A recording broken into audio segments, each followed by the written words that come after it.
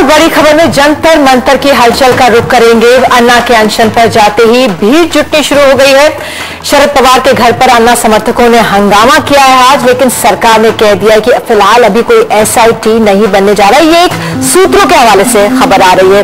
Arvind Kejriwal diabetic होने के बावजूद 6 दिन से अनशन पर डटे हुए हैं। अरविंद केजरीवाल के डॉक्टर से जानेंगे कि नेचुरोपैथी के फायदे क्या होते हैं, लेकिन उससे पहले आज सुबह उत्तर भारत की कुल बिजली 7 राज्य दिल्ली, उत्तर प्रदेश, हरियाणा, पंजाब, राजस्थान, हिमाचल प्रदेश और जम्मू कश्मीर में अचानक रात 2:30 बजे बिजली चली गई, जो 9 घंटे तक नहीं लौटी। लगभग 36 करोड़ लोग इससे प्रभावित हुए। मेट्रो ठप रही, पानी मिलना बंद हो गया। 150 ट्रेनों पर बताया जा रहा असर पड़ा। यह हुआ नॉर्दर्न ग्रिड में गड़बड़ी के कारण। इंक्वायरी हो रही कि क्या कुछ राज्यों ने कोटे से ज्यादा की बिजली खींची या महज एक टेक्निकल फेलियर था। डॉक्टर मनमोहन सिंह बिजली के क्षेत्र में $400 अरब का निवेश लाना चाहते हैं। अगले 5 सालों में अतिरिक्त 76,000 मेगावाट बिजली पैदा करना चाहते हैं, लेकिन देश में 1951 से हर साल बिजली उत्पादन का जो लक्ष्य रहा है वो कभी पूरा नहीं हुआ। एक बार फिर से बिजली उत्पादन की कमी और कमजोर बुनियादी ढांचा सामने आया है। तो सवाल बड़ी खबर में इस समय हम ये उठा रहे हैं कि कब सुधरेंगे बिजली के हालात।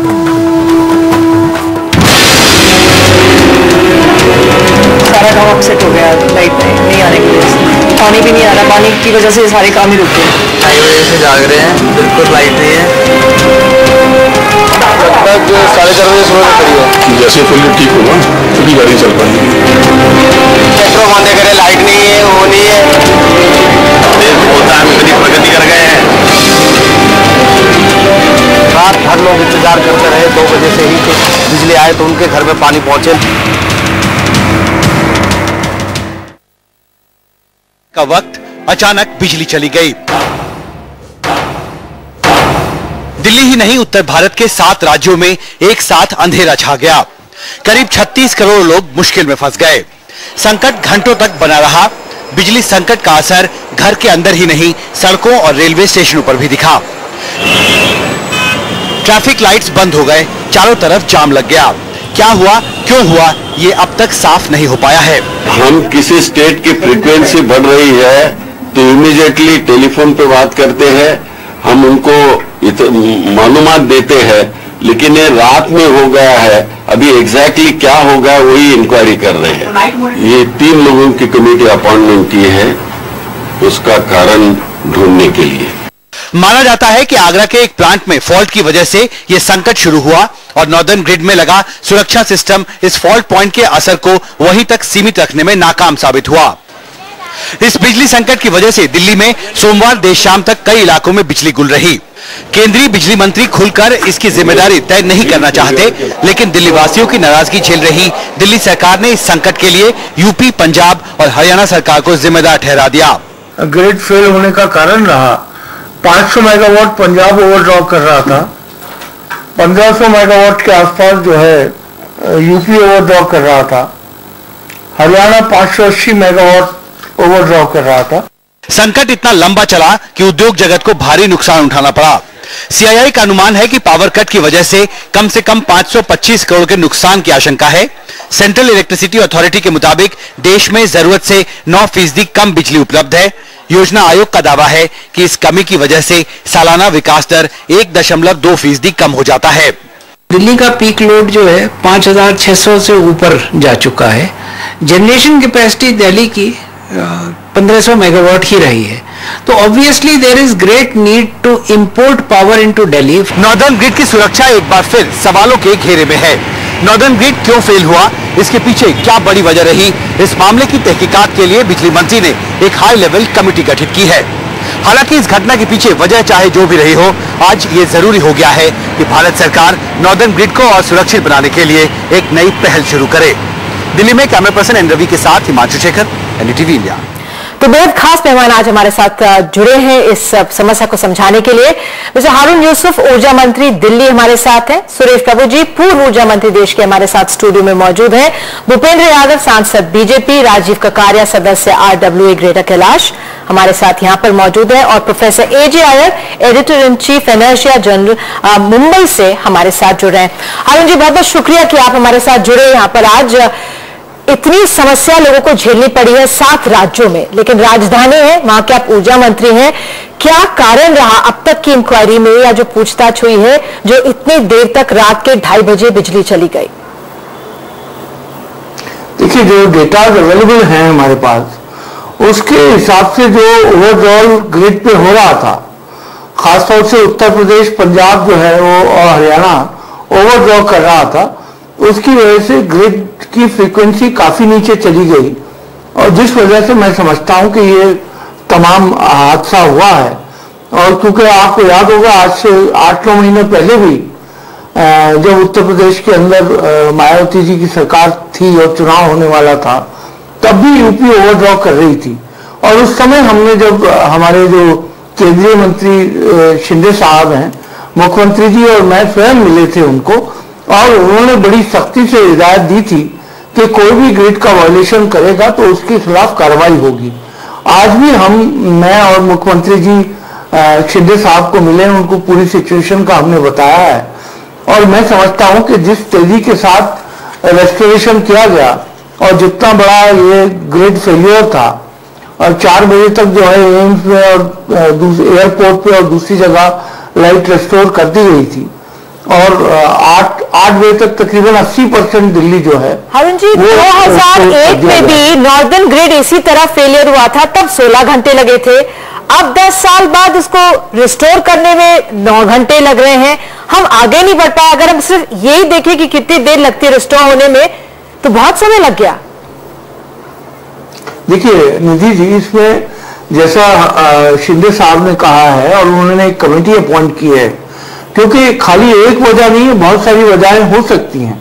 एक तो ग्रिड की फ्रीक्वेंसी लो होना, या आगरा यूनिट की जो बात कह रहे हैं आप, वो भी एक कारण हो सकता है। क्या तमाम कारण हैं, उसकी तफसील जानने के लिए शिंदे जी ने एक कमेटी का गठन किया है, और हमको पूरी आशा है कि केंद्र सरकार इसको बड़ी गंभीरता से ले रही है, और हमें उम्मीद है कि आगे आने वाले वक्त में इस तरह के हादसे रिपीट। सर, आपने नाम लिया मायावती सरकार का, लेकिन बार बार जो नेशनल रीजनल लोड डिस्पैच है, अगर कोई राज्य ज्यादा विड्रॉ करता है तो वो एक तरह से जारी करता है, वार्निंग जारी करता है। बार बार इसने जारी किया सॉर्ट ऑफ कि आप मत करिए विड्रॉ। उसके बावजूद उत्तर प्रदेश, राजस्थान, ये दोनों राज्य हैं, वो करते रहे। और ये मई की बात है, जब से समाजवादी पार्टी की सरकार आ गई है। इसके बावजूद ये होता रहा, लेकिन कदम नहीं उठाए गए। शिंदे जी से आपकी बातचीत हुई होगी, क्या कहना रहा उनका? देखिए, शिंदे जी ने जो कमेटी अपॉइंट की है, वो ये तमाम पहलुओं के ऊपर देखकर उसकी एक रिपोर्ट सबमिट करेगी, और उसके आधार पे ग्रिड कैसे डिसिप्लिन मेंटेन किया जाएगा, मुझे पूरी उम्मीद है कि केंद्र सरकार उसके ऊपर जो है सख्त से सख्त कदम उठाएगी। हमें इस कमेटी की रिपोर्ट का इंतजार करना होगा। सुरेश प्रभु जी, अब आपसे, जब आप ऊर्जा मंत्री थे, तब भी इसी तरह का नॉर्दर्न ग्रिड का फेलियर हुआ था। तब से आज जिस तरह से समस्या देखी, क्या आपके जहन में हो रहा है? एक तो तात्कालिक कारण है कि तात्कालिक कारण तो ये सही है कि इमीडिएटली जिस समय बिजली का जो भी आपूर्ति होती है, उससे यदि मांग ज्यादा होगी और जो राज्य है वो ग्रिड डिसिप्लिन को नहीं मानेंगे, तो ग्रिड फेलियर होगा ही होगा। क्योंकि ग्रिड का एक सिलसिला है, आप हर राज्य अपना अपनी ग्रिड बना सकते हैं, लेकिन उससे लाभ नहीं मिल सकता कि और राज्यों में जो बिजली का पैदाइश होती है वो दूसरे राज्यों तक पहुंचे। इसके लिए हमने नॉर्दर्न ग्रिड का गठन किया। वैसे देखा जाए तो अभी हम लोग नेशनल ग्रिड का गठन करने जा रहे हैं, जिसका हमने शुरुआत की थी। लेकिन नेशनल ग्रिड बनेगी तो और ग्रिड डिसिप्लिन की आवश्यकता होगी। यानी सभी जो भी प्लेयर्स है उसमें काम करने वाले, वो यदि सही तरह से काम नहीं करेंगे तो एक नहीं चल सकता है, तात्कालिक कारण है। और ये भी दुर्भाग्य की बात है कि इस तरह की स्थिति आज पैदा जब हुई, वो रात को हुई जब पीक डिमांड कम होता है। वैसे देखा तो पीक डिमांड पूरे दिन में होता है, और यदि ग्रिड फेलियर जब पीक डिमांड सबसे ज्यादा होता है, सबसे ज्यादा मांग होती है, आपूर्ति जितनी हो नहीं पाती, उस समय होगा तो दूसरी बात है। तो इसके लिए मैं मानता हूं इस ये जो इश्यू है ये उसको उस तरह से भी देखना चाहिए कि सभी राज्यों को भी एक ग्रिड डिसिप्लिन को फॉलो करना ही चाहिए, नहीं कर पाएंगे तो ग्रिड नहीं होगी। लेकिन तात्कालिक कारण है, सही कारण यदि देखा जाए तो लॉन्ग टर्म सॉल्यूशन के ऊपर भी देखना चाहिए कि जो जिस तरह से हमारी इकोनॉमिक ग्रोथ हो रही है, जिस तरह से लोगों को मांग बढ़ रही है बिजली के बारे में, उसको ध्यान में रखते हुए हम आपूर्ति नहीं कर पा रहे, मांग बढ़ते जा रहे हैं, उसका जो उत्पादन है वो बहुत कम होते जा रहा है। इसलिए मैं मानता हूं आगे आने वाले दिनों में हमें दोनों तरफ से, ठीक है, जो डिस्ट्रीब्यूशन है उसकी तरफ से भी और जनरेशन की तरफ से भी पूरी तरह से सुधार लाने के लिए और बड़े कदम उठाने पड़ेंगे। जो कदम हम जिस तरह से आपने कहा और जो अभी हमारे एक्सपर्ट जो नीचे बैठे थे उनसे बात कर रहे थे कि जो ग्रिड का सिस्टम ऐसा है कि अगर कोई राज्य ज्यादा विड्रॉ कर रहा होता है तो वो दिखता है अपने आप में, तो उस पे जो पेनल्टी वाली बात है क्यों हम उस पर आगे नहीं बढ़ पा रहे हैं? जिस तरह से यहाँ पे कहा गया कि despite warnings excessive withdrawal continue between 1 May 2012 and 14 May 2012. For example, Uttar Pradesh consumed 1700 megawatt power daily when it was supposed to withdraw only 1200 megawatt. Rajasthan ने 1200 मेगावाट ली जब उसको सिर्फ 500 मेगावाट पावर लेनी चाहिए। तो उत्तर प्रदेश और राजस्थान अपनी क्षमता से जो उनका कोटा उससे ज्यादा ले रहे थे। इसके बावजूद कदम जो नहीं उठते हैं तो वो क्या माना जाता है? ये कदम उठाने चाहिए, इसके लिए मैं आपको कह रहा था। तो इसके लिए कौन जिम्मेदार, कौन सा? तो लोड डिस्पैच सेंटर जो है हमारी, देखिए हमारे पास 5 रीजनल लोड डिस्पैच सेंटर्स हैं जो केंद्र सरकार के अंदर ही। इसमें क्या पॉलिटिक्स आती है, सेंटर स्टेट रिलेशन आते हैं, या क्योंकि अगर जैसा देखा जाए तो वहां पे उत्तर प्रदेश में समाजवादी पार्टी की सरकार है, यहाँ पर कांग्रेस की सरकार है, सहयोग बहुत चीजों में मिल रहा है, तो उस वजह से सॉफ्ट हो जाते हैं या कोई और कारण है कि हम उसको रेगुलेट ही नहीं कर पाते? देखिए, तो रेगुलेट करने के लिए हमने ग्रिड कोड बनाया था, वो ग्रिड कोड सही था। इसका कोई एक मिसाल चाहिए तो यह है कि 10 साल तक कोई भी बिजली का उसके बाद में, जब मैं सभी मंत्री था उस समय, जो ग्रिड कोड बनाने के बाद 10 साल तक एक भी टाइम ग्रिड फेलियर नहीं हुआ, सिर्फ यहाँ नहीं कहीं भी विदेश में। उसका मतलब ये हुआ कि हमने उस समय इस तरह की ग्रिड डिसिप्लिन लाई थी। उसमें साफ तरह से लिखा है कि यदि कोई राज्य वो पेनल्टी देने के बाद में तो पैसा भी देने को तैयार हो जाएंगे, लेकिन कट करनी चाहिए। वो जो लोड डिस्पैच सेंटर है उसके पास अथॉरिटी है, वो इस तरह के पूरी तरह से उसको रोक सकते हैं, रोकना चाहिए। क्यों नहीं रोकते? ये राजीव जी क्या समस्या है, जड़ क्या है फिलहाल अगर हम ये मसले को देखें तो? जड़ तो सिर्फ वोट्स एंड पॉलिटिकल इशू है ये, बिकॉज ग्रिड डिसिप्लिन जो है, इनको जवाबदेही के सिस्टम जैसे सर बता रहे हैं उन्होंने सब इन प्लेस हैं, बट वो जो पेनल्टी है उसका कोई असर नहीं है, ना किसी ब्यूरोक्रेसी, मतलब जो टेक्नोक्रेट जो people who are managing it, because there should be an automatic, why don't you just एक ऑटोमेटिक कट ऑफ हो जाए, जैसे ही ओवरड्रॉ कहीं आ रहा है, एक बार 2 बार एंड आउट। आप ये नहीं कर सकते कि भी उसको, ठीक है, मुझे आपको रोकना पड़ा। ओलंपिक्स में गगन नारंग को ब्रॉन्ज मेडल मिला है। हमारे सहयोगी विमल मोहन मौजूद है लंदन में, गगन नारंग उनके साथ। आइए सीधे चलते हैं विमल मोहन के पास। Thank you, Mom. Thank you, Dad. Thank you, my sponsors. But I'll be back after the doping control.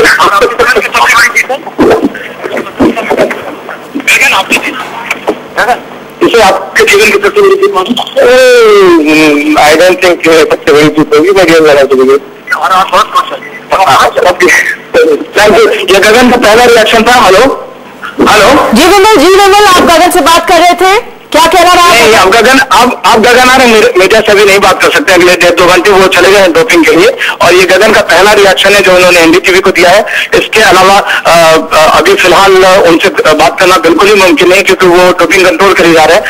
I don't think कि कोई और चैनल अभी उनसे विवाद। सबसे पहले गगन नारंग ने एनडीटीवी से बात की विमल, और जो बातचीत की है वो हम अपने चैनल पे कुछ ही पलों में एक बार फिर से दोबारा सुनाने की लोगों को कोशिश करेंगे। और एक ऐसा पदक जिसका बहुत समय से इंतजार था देश को, और इंडियन कंटिजेंट जो वहां पे पहुंचा हुआ है, गगन नारंग को आज ब्रॉन्ज मेडल मिला है। फिलहाल गगन नारंग ने बहुत खुशी जताई है, धन्यवाद किया अपने माता पिता का। तो फिलहाल लौटते अपने इस खबर पर जो हम इस समय चर्चा कर रहे थे, बिजली गुल होने की, उस पर लौटते हैं और समस्या को समझने की यही हम कोशिश कर रहे थे। जी, मैं कहना चाहता हूं बिजली गुल हो रही है, लेकिन बिजली का गोल्ड कब मिलेगा, यही शायद हमारे लिए जो भी इनको तो बिल्कुल ये बिजली की शायद अभी गोल्ड मेडल हमको कब मिलेगा, गुल होने से गोल्ड कब तक आएंगे, ये हमारी समस्या। यही यहाँ पर अरुण जी आपने देखा होगा, जिस तरह से राजीव ककारिया बोल रहे थे, पॉलिटिक्स आई जाती है, आप लोग सख्ती नहीं कर पाते हैं अपने यहाँ पे सहयोगी दल होते हैं या जो अलायंस पार्टनर्स होते हैं, तभी ये समस्या इतनी बड़ी होती है। और उत्तर प्रदेश और राजस्थान लगातार ज्यादा बिजली खींचता रहा। देखिए, बड़े दुर्भाग्यपूर्ण बात यह है कि हम हर चीज को पॉलिटिक्स या राजनीति पे ले जाते हैं। ये ऐसे इश्यूज हैं जो लोगों से जुड़े हैं और जिनका प्रैक्टिकल सॉल्यूशन होना चाहिए। और जैसा मैंने आपसे कहा कि केंद्र सरकार इसमें बड़ी गंभीरता से उन्होंने कदम उठाए हैं, और जो अभी मुझसे पहले वक्ता बोल रहे थे और वो सही बात कह रहे थे कि अभी जो पावर की डिमांड और सप्लाई का जो गैप है वो बहुत ज्यादा है। और दिल्ली के अंदर हम लोगों ने जब समर एक्शन प्लान तैयार किया था, मैं आपसे तो सवाल, ठीक है सर, मेरा एक सवाल आपसे है। 10 साल पहले जो दिल्ली थी उसकी उत्पादन जनरेट करती थी 1500 मेगावाट। 10 साल बाद भी हम हमारी दिल्ली की जो उत्पादन क्षमता 1500 मेगावाट है। 10 साल पहले जो पीक आवर्स था तो 2900 मेगावाट चाहिए होता था, अब 5600 मेगावाट लोड चाहिए होता है दिल्ली को, यानी कि डबल हो गई है मांग। हम समझते हैं दिल्ली में लोग इतने आते हैं, राजधानी है, लोगों को काम यहां पर मिलता है, लेकिन उस हिसाब से बिजली उत्पादन की क्षमता दिल्ली ने क्यों नहीं बढ़ाई? लेकिन निधि जी, आपको ये जानकर खुशी होगी कि ये हमारी सरकार थी, शीला जी की सरकार थी, जिसने 2000 के अंदर प्रगति पावर प्लांट जो 330 मेगावाट का था वो ऐड किया। अभी बवाना में जो हमने शुरू किया है गैस बेस्ड पावर प्लांट, जिसका फर्स्ट मॉड्यूल जो है उससे तकरीबन 450-500 मेगावाट हमको बिजली मिल रही है। और जो समस्या सच्चाई है वो ये है कि गैस की शॉर्टेज की वजह से अगर गैस हमको और मिल जाती तो हम 750 मेगावाट बवाना से और लेते। और दूसरा मॉड्यूल जो हमारा तैयार है, जो दिसंबर तक तैयार हो जाएगा, तो हमने तकरीबन 1900 मेगावाट एडिशन किया है दिल्ली में, और ये पहली बार हुआ है 27 साल के बाद। तो जब ये 2009 में तैयार हो जाना था, राजीव जी कुछ पूछना चाह रहे हैं आपसे?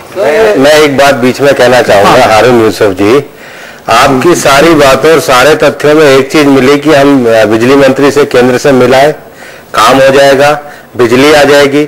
10 साल में आप दिल्ली में मेट्रो लेकर के आ गए जो पूरी तरह बिजली पे डिपेंड है।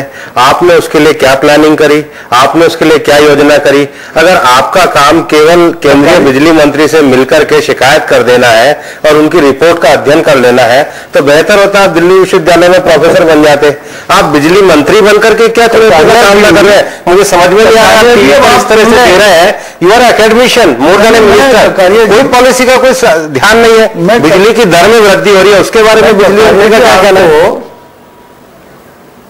मैं ककारिया जी बड़े अदब से आपको ये बताना चाहता हूं कि दिल्ली के अंदर जिस तरीके से पावर का अरेंजमेंट हमने किया, और इतनी जबरदस्त गर्मी में, जबकि 2000 मेगावाट से डिमांड बढ़कर 5640 मेगावाट हो गई, 24% रेट बढ़ा के हमने उसकी आपूर्ति की। 24% मैंने सुन लिया आपकी बात को। नहीं, आप बात सुन लीजिए। आप प्रोफेसर की तरह तो आप बात कर रहे हैं, मैं तो आपको जो सच्चाइयां हैं वो बता रहा हूं दिल्ली की। आज दिल्ली के अंदर जो हमने समर एक्शन प्लान तैयार किया था, और जैसा अभी निधि जी को मैं बता रहा था कि तकरीबन 1600 मेगावाट का हमने कैपेसिटी एडिशन दिल्ली में किया है।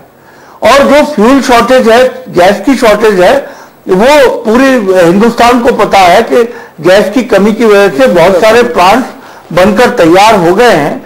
गैस की जैसी उपलब्धि होगी तो वो शुरू हो जाएंगे। अरुण जी, मुझे दिल्ली में हम के तौर पे ये समझ आता है कि दिल्ली में हमारे जो बिजली का जो बिल है वो डबल हो गया है और पावर कट्स भी हो रहे हैं।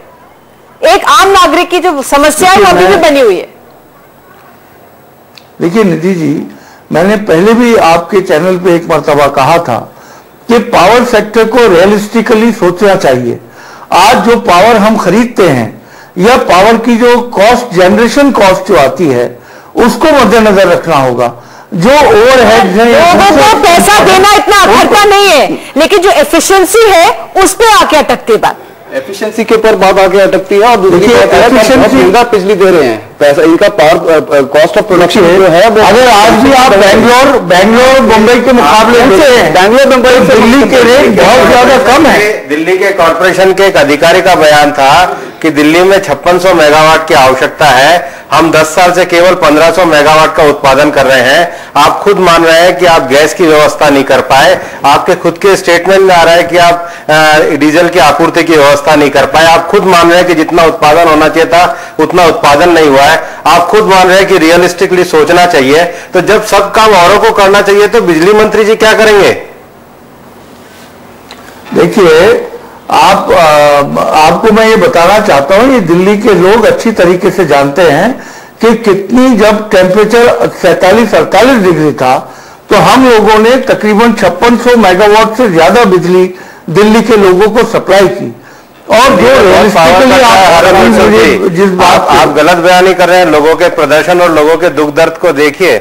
या तो आपने दिल्ली देखी नहीं है या उस समय गर्मी में आम आदमी से पूछ के आइए। नहीं, चलिए भूपेंद्र जी, यहाँ पर सवाल एक तो जिस तरह से देख रहे हैं कई समस्याएं इस पर। मैंने निधि जी पहले भी कहा था कि जब राजनीतिकरण ऐसे इश्यूज का होगा तो यही बहस किसी नतीजे पर नहीं पहुंचती। गवर्नेंस इस देश में राजनीति का विषय बनना चाहिए। आवाम को भी पता चलना चाहिए, विषय नहीं होना चाहिए। दिल्ली का इस देश में विषय राजनीति का गवर्नेंस होना चाहिए। हारून यूसुफ जी, इस बात को मान के चलो, गवर्नेंस का सब्जेक्ट होना चाहिए। बिल्कुल होना चाहिए। दिल्ली ने उसको साबित किया। अगर गवर्नेंस में आप फेल हो रहे हैं तो जनता क्वेश्चन उठाएगी। सर, ऐसा क्या कह रहा हूँ, गवर्नेंस पे हमने साबित किया है। कहाँ साबित किया? फेलियर तो हो गया पूरा नॉर्थ ग्रिड। ये यहाँ पर ये बीजेपी के समय रूल में भी हुआ था 2001 में। यहाँ पे मैं माफी चाहूंगी, कोड बनाया था। प्रोफेसर एजी अय्यर हमारे साथ मुंबई से जुड़े हुए। मिस्टर अय्यर, माफी चाहूंगी इतनी लेट आपके पास आ रही हूँ, लेकिन जो ये पूरी समस्या सामने आई, इसका मेन कारण क्या आप मानते हैं? जो भी रहा उसकी इंक्वायरी हो रही है, लेकिन क्या एक ही कारण हो सकता है कि सख्ती से जब ये और जो राज्य है ओवरड्रॉ करते हैं, सख्ती से कदम नहीं उठाए जाते, ये एक अहम कारण है? देखिए, नंबर 1 तो ये है, हमें समझना पड़ेगा इस वक्त कि हमारे पास 200 गीगावाट बिजली उत्पादन की क्षमता है, जो कि इंस्टॉल कैपेसिटी है इस देश की, और उसमें हम केवल 120 गीगावाट जो है एक्चुअल बिजली उत्पादन कर पा रहे हैं। इसका मतलब 80 गीगावाट जो है, जो ये विंडो पड़ा हुआ है, वो पूरा का पूरा हम इस्तेमाल नहीं कर पा रहे हैं। तो ये तो एक तरह से निकम्मेपन की बात आ गई ना कि हम 80 गीगावाट होते हुए भी उसको दे नहीं रहे नागरिकों को। क्योंकि असली बात देखिए, आप आज 30% हमारे देश की ट्रांसमिशन डिस्ट्रीब्यूशन लॉस हो गई है। 30% अगर आपकी बिजली जो उत्पादन हो रही है वो आप दे ही नहीं रहे हैं जनता को, तो आप पहले तो इनएफिशिएंट है। जितनी आपके बिजली उत्पादन हो रही है वो आप पूर्ण रूप से जनता को भेज नहीं पा रहे हैं। ये असली सत्य है। इसको सामने लाने में कोई अपने को मतलब शर्म नहीं आनी चाहिए। आज आप बोलना चाहिए कि हम नहीं कर पाएंगे। दूसरी चीज है, ये पिछले 3 प्लान में कंप्लीट फेलियर हुआ है और करीबन 80 गीगावाट और हम नहीं ऐड कर पाए। इस वक्त देश के पास 300 गीगावाट होने चाहिए, उसकी जगह 200 गीगावाट है। तो अगर ये सब परिस्थिति आप ओवरऑल देखें तो हमारे पास बिजली नहीं है जो हम लोगों को दे सकते हैं।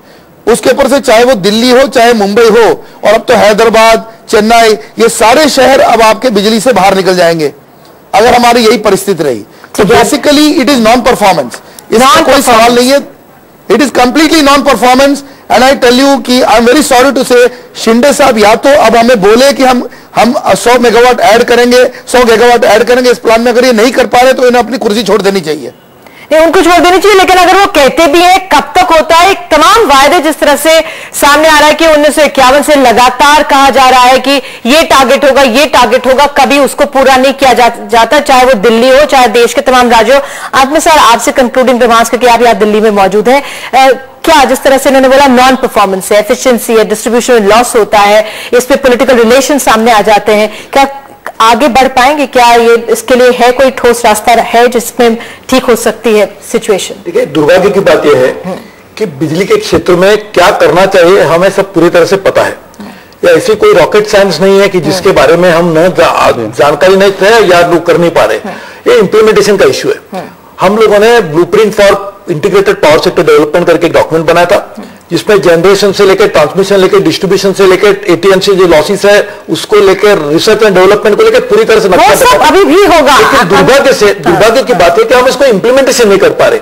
और मैं बहुत वादे से कह सकता हूं कि यदि हम 5-10 साल सही माने में जो हमें पता है उसको इंप्लीमेंट करेंगे तो 101% हमारे देश के पावर सेक्टर के प्रॉब्लम को हम सही माने में सुलझा सकते हैं। बिल्कुल उसमें कोई शक नहीं है कि हम नहीं कर पाएंगे, लेकिन इस बात का दुख है कि हम नहीं कर पा रहे।